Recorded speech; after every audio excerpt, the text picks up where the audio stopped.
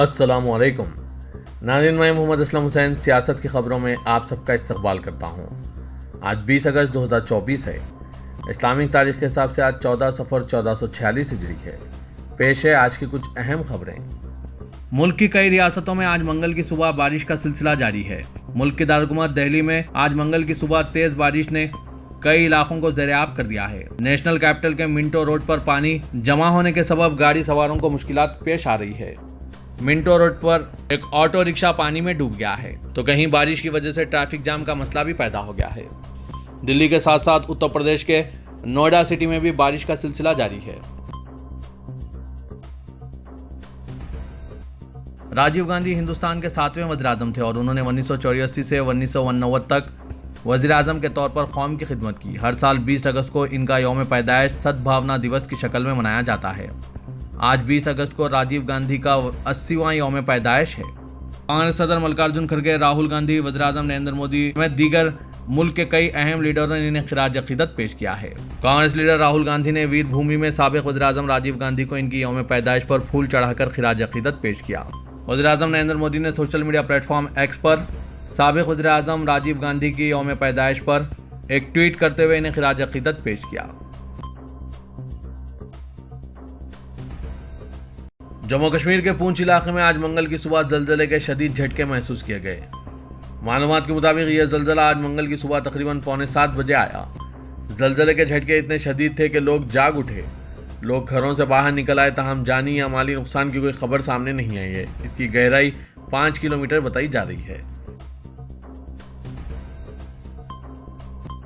वक्फ तरमीम बिल 2024 पर गौर व खौज के लिए बनाई गई मुश्तरका पार्लिमानी कमेटी की जुमेरात 22 अगस्त को पहली मीटिंग है। इससे कबल all India Muslim personal law board और जमात उल मुआहिन के वफूद ने इस कमेटी के अरकान से मुलाकातें करके मुजवज़ा बिल में मौजूद गलत और नुकसानदा तरमीमात की निशानदही का सिलसिला शुरू कर दिया है।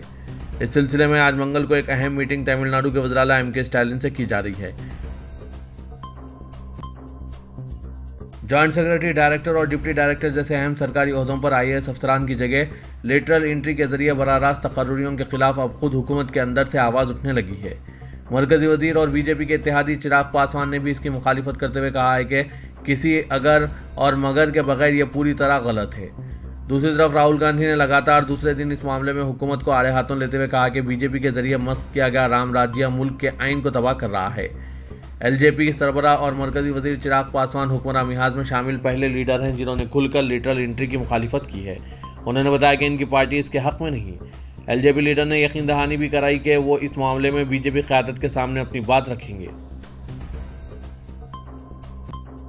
मध्य प्रदेश के वजीर और बीजेपी लीडर कैलाश विजयवर्गीय ने यह दावा करते हुए एक तनाज़ा पैदा कर दिया कि बड़े पैमाने पर आबादी के तनासुब में तब्दीली की वजह से 30 साल के अरसे में हिंदुस्तान को खाना जंगी का सामना करना पड़ेगा। अपोजिशन ने इस बयान की मजम्मत की और इसे गैर जिम्मेदाराना करार दिया। पार्टी ने कहा कि विजयवर्गीय को इस बयान के लिए माफ़ी मांगनी चाहिए। रक्षाबंधन के एक प्रोग्राम से खिताब करते हुए विजयवर्गीय ने कहा कि मौजूदा दौर में समाजी हम आहंगी बहुत अहम है। उन्होंने कहा कि मैं एक साबिक़ फौजी ओहदेदार से बातचीत कर रहा था जो समाजी कामों में बहुत मसरूफ़ रहते हैं। उन्होंने कहा कि जिस तरह हमारे मुल्क में आबादी का तनासुब तब्दील हो रहा है, 30 साल बाद खाना जंगी शुरू हो जाएगी। नफरत अंगेज तकारीर के खिलाफ सुप्रीम कोर्ट के सख्त अहकामात के बावजूद मुल्क में मुसलमानों के खिलाफ नफरत और तशद्दुद भड़काने की कोशिशें की जा रही है। ऐसा लगता है कि मुसलमानों के खिलाफ नफरत अंगेजी करने वालों को किसी भी तरह कानून का खौफ नहीं, क्योंकि इन्हें सियासी सरपरस्ती हासिल है। भारतीय जनता पार्टी की हुक्मरानी वाली रियासतों में मुसलमानों के खिलाफ नफरत अंगेज तकारीर का ना थमने वाला सिलसिला जारी है, ताहम पुलिस इस सिलसिले में कोई कार्रवाई नहीं कर रही है। भारतीय जनता पार्टी की हुक्मरानी वाली रियासत राजस्थान में कई मुकामात से सख्त नफरत अंगेज और भीड़ को मुसलमानों के खिलाफ तशद्दुद पर उकसाने की खबरें मौसूल हो रही है। नफरत अंगेजी के वाक़यात की रिपोर्ट करने वाले हैंडल हेट डिटेक्टर ने कई वीडियो शेयर किए हैं जिनमें दाएं बाजू के इंतहा पसंद मुसलमानों को खुलेआम कत्ल की धमकियां दे रहे हैं। एक ऐसा ही वीडियो वायरल हो रहा है जिसमें एक भगवाधारी एक बड़े इज्तिमा के सामने नफरत अंगेजी करते हुए मुसलमानों के खिलाफ तशद्दुद के लिए मजहबी किताब महाभारत का हवाला दे रहा है। वो कह रहा है कि अगर मुसलमान हमारे एक हिंदू को मारेंगे तो हम 100 मुसलमानों को मारेंगे। जब तक हम इन्हें मारेंगे नहीं, ये राक्षस नहीं सुधरेंगे। इसने भगवत गीता का हवाला देते हुए कहा कि श्री कृष्ण ने भी जंग का हुक्म दिया, लेकिन जब अर्जुन ने कहा कि ये मेरे अपने हैं, मैं इन्हें नहीं मार सकता, तो कृष्ण ने कहा कि मजहब की हिफाजत करना ही सबसे बड़ा धर्म है। अगर मजहब के लिए तशद्दुद किया जाए तो इससे बड़ा कोई धर्म नहीं। साधु ने कहा कि इन आदमखोरों को मारना सबसे बड़ा धर्म है। इन आदमखोरों को सबक सिखाना पड़ेगा। नफरत अंगेजी कर रहे शख्स ने दावा किया कि मुसलमानों की मसाजिद से बुलंद होने वाली 5 वक्त की अज़ां एक वार्निंग है। वो हमें अल्लाह अकबर कहकर आगाह करते हैं, लेकिन हम फिर भी आगाह नहीं होते। इनका एक ही नारा है कि हम हिंदुओं को मार देंगे। वो तालियों की गड़गड़ाहट के दरमियान मजीद कहता है कि एक हिंदू को 100 मुसलमानों पर भारी पड़ना चाहिए। इसने कहा कि अगर ये नहीं मानेंगे तो हम घर में घुसकर मारेंगे। महाराष्ट्र में असेंबली इंतखाबात से ठीक पहले असदुद्दीन ओवैसी की मजलिस इत्तेहादुल मुस्लिमीन में अंदरूनी खलफशार पैदा हो गया है। मुंबई में AIMIM के दफ्तर में शदीद हंगामा बरपा हुआ, जहां पार्टी के लीडर और कारकुन आपस में ही भिड़ गए। दरअसल मजलिस के मुंबई सदर फयाज अहमद को इनके ओहदे से हटा दिया गया, जिसके बाद हंगामा मच गया। फयाज अहमद के हामियों ने मजलिस इत्तेहादुल मुस्लिमीन को बीजेपी का दलाल करार दिया। खुद मजलिस इत्तेहादुल मुस्लिमीन के पार्टी से वाबस्ता अफराद ने अपनी ही पार्टी के सदर को बीजेपी का एजेंट करार दिया है। फयाज अहमद की जगह रईस लश्करिया को मुंबई सदर की जिम्मेदारी सौंपी दी गई है। फयाज अहमद को हटाने के बाद इनके हामियों ने प्रेस कॉन्फ्रेंस में शदीद हंगामा किया। इत्तलात के मुताबिक महाराष्ट्र मजलिस के सदर इम्तियाज जलील के सामने ही प्रेस कॉन्फ्रेंस में इनके खिलाफ एहतजाज दर्ज किया गया। असदुद्दीन ओवैसी की पार्टी के साबिक मुंबई सदर ने मजलिस को बीजेपी और एकनाथ शिंदे की बी टीम करार दिया। इम्तियाज जलील के सामने फयाज अहमद के हामियों ने शोर शराबा किया। इम्तियाज जलील की प्रेस कॉन्फ्रेंस में तू मैं और गाली गलौज तक नौबत आ गई। तनाज़ा उस वक्त शुरू हुआ जब मुंबई AIMIM के सदर की हैसियत से फयाज अहमद खान की जगह रईस लश्करिया को मुकर्रर किया गया और फयाज अहमद खान के हामियों ने अपना एहतजाज दर्ज कराया। इस दरमियान मजलिस महाराष्ट्र के सरबराह इम्तियाज जलील के हमरा शहर हैदराबाद के इलाके मलकपेट के रुकन असेंबली अहमद वलाला भी मौजूद थे। नाज़रीन, महाराष्ट्र में मजलिस इत्तेहादुल मुस्लिमीन के लीडरों की जानिब से कहा जा रहा है कि मजलिस बीजेपी की बी टीम है और इनके सदर भारतीय जनता पार्टी के एजेंट है। इस पर आपकी क्या राय है, कमेंट के जरिए जरूर बताइएगा। पीपुल्स डेमोक्रेटिक पार्टी यानी PDP की सरबराह और जम्मू कश्मीर की साबिक वज़ीर आला महबूबा मुफ्ती की बेटी इल्तिजा मुफ्ती आइंदा असेंबली इंतखाबात में हिस्सा ले रही है। इल्तिजा मुफ्ती को अनंतनाग के बेजहाड़ा हल्के से उम्मीदवार बनाया जाएगा, जो मुफ्ती खानदान की आबाई नशिस्त है। 37 साला इल्तिजा का यह पहला इलेक्शन होगा। जम्मू कश्मीर की तकसीम और दफ़ा 370 की मनसूखी के बाद से इल्तिजा मुफ्ती सियासी तौर पर सरगर्म है और मोदी हुकूमत को निशाना बनाती रहती है। जमीन के मुबैना घोटाले के मामले में वज़ीर आला कर्नाटका सिद्धारामैया के खिलाफ कार्रवाई की इजाज़त देने के गवर्नर के फैसले पर हाईकोर्ट ने रोक लगा दी। इसे सिद्धारामैया की बड़ी कामयाबी के तौर पर देखा जा रहा है। हाईकोर्ट ने इस मामले को समाअत के लिए मंजूर करते हुए वज़ीर आला को बुरी राहत दी है। मैसूर अर्बन डेवलपमेंट अथॉरिटी घोटाला केस में गवर्नर गहलोत के जरिए अपने खिलाफ मुकदमे की इजाज़त को सिद्धारामैया ने हाईकोर्ट में चैलेंज किया था। इनकी पैरवी सीनियर वकील अभिषेक मनु सिंघवी ने की और कोर्ट में दलील दी कि गवर्नर की मंजूरी मोतसबाना है और सियासी वजूहात की बिना पर है। यह कर्नाटक में जमहूरी तौर पर मुंतखब हुकूमत को गैर मुस्तहकीम करने की एक मरबूत साजिश का हिस्सा है। जस्टिस M नागा प्रसाना की सिंगल बेंच ने मामले की सुनवाई की। SC/ST रिजर्वेशन के ताल्लुक से सुप्रीम कोर्ट के फैसले के खिलाफ दलित और कबायली तंजीमों की जानिब से कल चारशंबा 21 अगस्त को भारत बंद का ऐलान किया गया। इस बंद की हिमायत BSV ने भी ये कहते हुए कर दी है कि पुरअमन तरीके से जवाब देना होगा। वाज़ रहे कि 1 अप्रैल को सुप्रीम कोर्ट ने दर्ज फहरिस्त जातों और दर्ज फहरिस्त कबाइल के लिए रिजर्वेशन के हवाले से तारीखी फैसला सुनाया था। चीफ जस्टिस DY चंद्रचूड़ की क़यादत वाली 7 रुकनी आइनी बेंच ने 6-1 की अक्सरियत के साथ फैसला दिया कि रियासती हुकूमतों को SC/ST के अंदर ज़िली दर्जाबंदी का आइनी हक़ है, ताकि रिजर्वेशन का फ़ायदा इन ज़ातों को मिल सके जो समाजी और तालीमी लिहाज से ज़्यादा पसमानदा है। सुप्रीम कोर्ट के इस फैसले की मुखालिफत की जा रही है और मायावती ने हाल ही में मुतालबा किया था कि हुकूमत आइन में तरमीम करके सुप्रीम कोर्ट के इस फैसले को कालादम कर दे। इसी सिलसिले में 21 अगस्त को भारत बंद का ऐलान किया गया और सियासी जमातों की हिमायत भी मिलनी शुरू हो गई है। मायावती फैसले की मुसलसिल मुखालिफत कर रही थी, अब बंद की हिमायत में भी सामने आ गई है। आम आदमी तक पहुंचने और इनके मसाइल को समझने की अपनी कोशिशों के तहत सोशल मीडिया प्लेटफॉर्म X पर राहुल गांधी ने ऊबर में सफ़र का अपना वीडियो जारी किया। इसके साथ ही उन्होंने ऊबर ड्राइवर और इन जैसे दीगर अफराद की परेशानी को बयान करते हुए लिखा है कि आमदनी कम और महंगाई से निकलता दम, यह है हिंदुस्तान के ड्राइवरों की हालत जार। कांग्रेस लीडर ने इसके साथ ही यकीन दहानी कराई कि जिन रियासतों में इनकी पार्टी की हुकूमत है, वहां ऐसे लोगों के मसाइल के हल के लिए पॉलिसी बनाई जाएगी। एक तरफ कोलकाता के अस्पताल में खातून डॉक्टर के साथ पेश आए दरिंदगी कत्ल के वाक़े पर मुल्क भर में गम व गुस्से का इजहार किया जा रहा है। वहीं भारतीय जनता पार्टी की हुक्मरानी वाली रियासत उत्तराखंड में तस्लीम जहां नामी नर्स के साथ भी इसी तरह का बहमाना वाक़ा पेश आया है, लेकिन हर तरफ खामोशी छाई हुई है। कोलकाता की डॉक्टर की तरह तस्लीम जहां भी मेडिकल के पेशे से वाबस्ता थी, तहां इसको इंसाफ दिलाने के लिए किसी सिमत से आवाज़ नहीं उठाई जा रही है।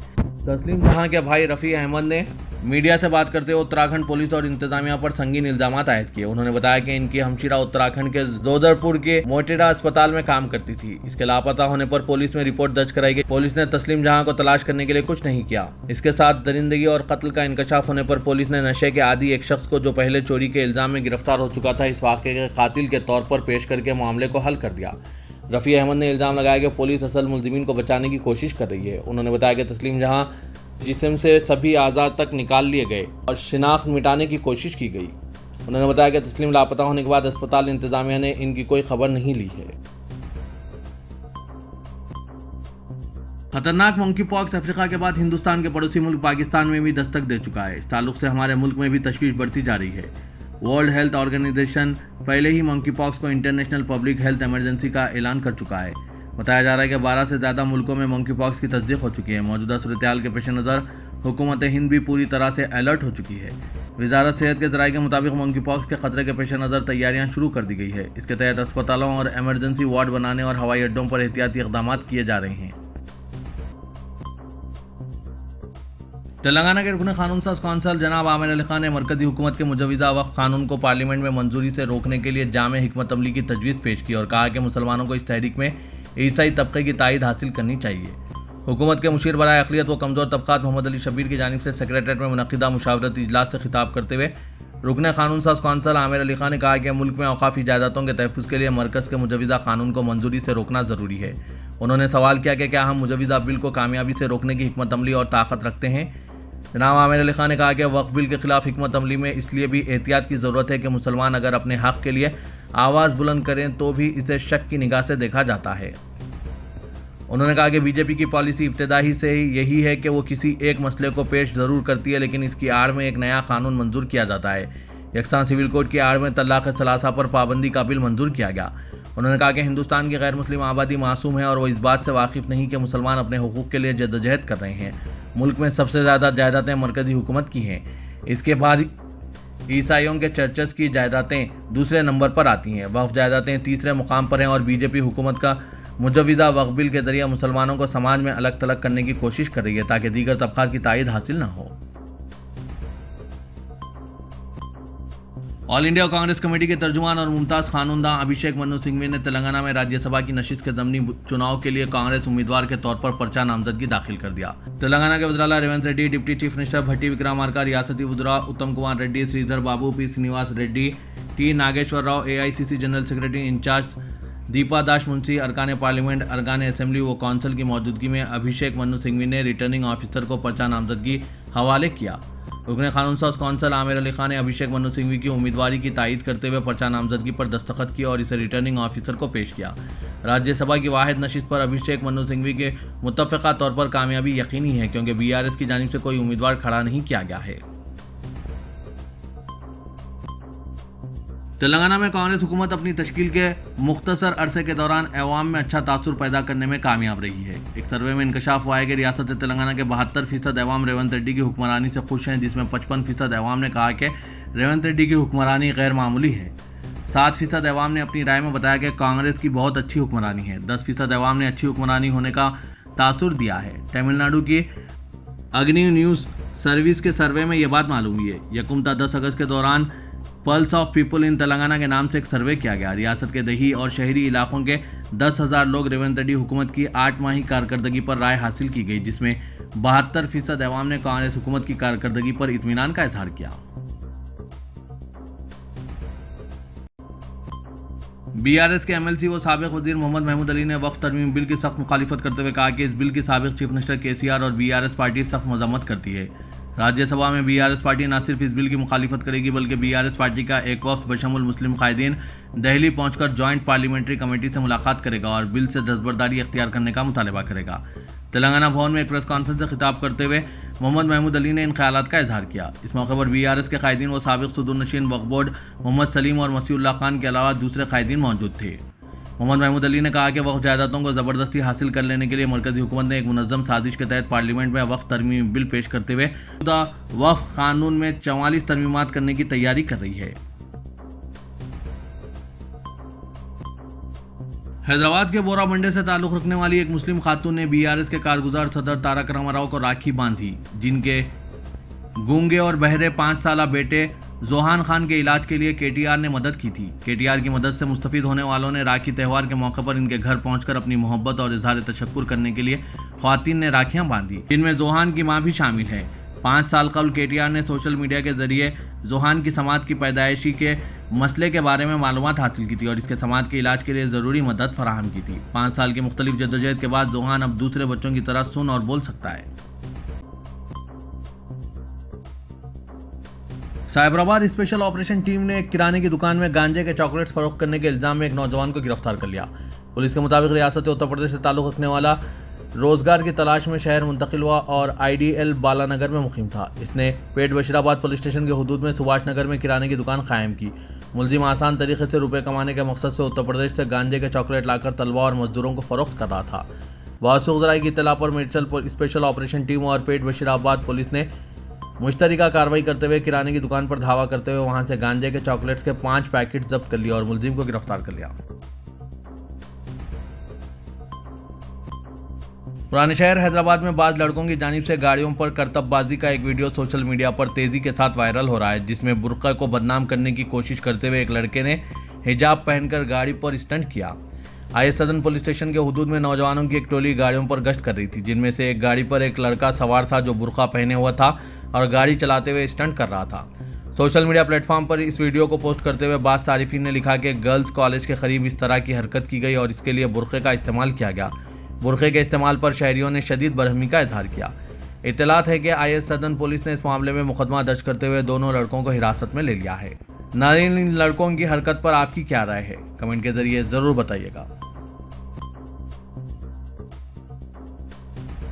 मौजूदा दौर में कंप्यूटर की वाकफियत बेहद ज़रूरी है। इसके साथ साथ आज के इस कंपटीशन के दौर में आईटी से मरबूत कोर्सेज सीखना भी नौजवानों और तालीम याफ्ता अफराद के लिए बेहद फ़ायदेमंद साबित हो रहा है।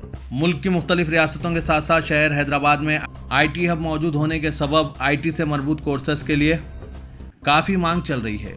आईटी सेक्टर में मांग को देखते हुए पाइथन फुल स्टैक डेवलपमेंट का कोर्स का आगाज़ इदारे सियासत ने अमल में लाया है। इदारे सियासत के महबूब हुसैन जिगर कैरियर गाइडेंस सेंटर वाक़ दफ्तर सियासत एबिट्स में पाइथन फुल स्टैक डेवलपमेंट का फ्री बूट कैंप आज मंगल 20 अगस्त को शाम 4 बजे से अमल में लाया जा रहा है। ख्वाहिशमंद उम्मीदवार इस ज़रीन मौके से इस्तेफादा हासिल करें। पाइथन फुल स्टैक डेवलपमेंट में HTML, MySQL, CSS, JavaScript, Django, Python वगैरह कराया जाएगा। पाइथन फुल स्टैक डेवलपमेंट की मुल्क व बैरून मुल्क बिलखुसूस अमेरिका, UK, कनाडा में काफ़ी मांग चल रही है। कोई भी ग्रुप के अफराद इस सुनहरे मौके से इस्तेफादा हासिल कर सकते हैं। मज़ीद तफसीलात के लिए इन फ़ोन नंबरात पर रब्त पैदा कर सकते हैं। फ़ोन नंबर है 9000191481 9393876978।